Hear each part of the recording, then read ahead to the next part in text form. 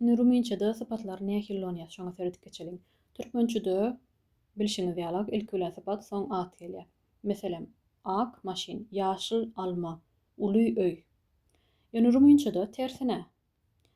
Atlar ilk gelýär, soň sıpat gelýär. Meselem, o maşina alba sıpat soňuna goýýas. Meselem, un bayat, ynalt, ýani uzun oglan. Oglan uzun diýmekdäni. Izlidine tercüme etsem. O fata formosa. Owadan gyz. Gyz owadan. O fata ynalta. Gyz uzun. Uzun gyz. Ünseren bolsaňyz, öňündäki ada görä sypatymyz üýtgedi. Ynalta we ynalt. Kitapda da gowy edip tablisa çatdyr şoňa seredip. Yani bu diýmek onu näme sypatlar 4 formada gelip bilýär. Yani maskulin neuter formasy, feminin, soňra plural, maskulin, feminin. Seredeli.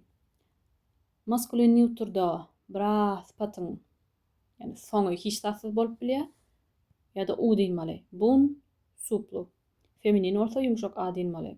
Buna, supla. Maskulinin köplügi i diýmeli. Bun, supli. Feminin neuter e diýmeli. Bune, supla. Yani ýokurdak geçen renklerimizden meselem şoňa görä edip bilýäňiz. Yani meselem alp. Ak. Bola ýa-da albastro diýeli, galamym gök bolansoň albastro. Şeldäm gök.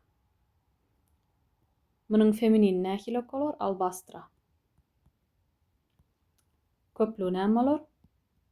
Albastri. Femininin köplügi albastre. Yani öňüne näme at goýjak bolsaň, şoňa görä üýtgetmeli bolýas. Düşnükmi? Atensiýa diýip şu ýerde iki sanak sıpat beripdir. Bir näme çekimlädiginden soň edil bu kanuny getirmek kyn. Bire erwet diýmek, birem agyr diýmek. Olaram okurşuna seredip geçiň. Soňundan biram käbir sıpatlarda azajyk üýtgeşme bolýar. Meselem, owa bolsa a goşulýar. Şeldäm feminin formasyna. Femininin birligi köplügine. Ewa bolsa ýanyna a goşulýar ýene-de. Femininin birligi köplügine inserseňiz. I bolsa i öwrilýär. Näme köplükde?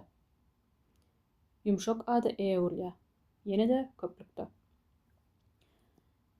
Soň çekimsizleriň üýtgeşmegi. Buna ýöň işikler geçemizde de geçipdik. Ýadyňyza düşýän bolsa d i goşulýan üçin z öwrilýär. Yani köplügi inserseňiz kals. T ç öwrilýär. Yani şu şekilde. Esasan köplügini üýtgeşme bolýar bu ýerde.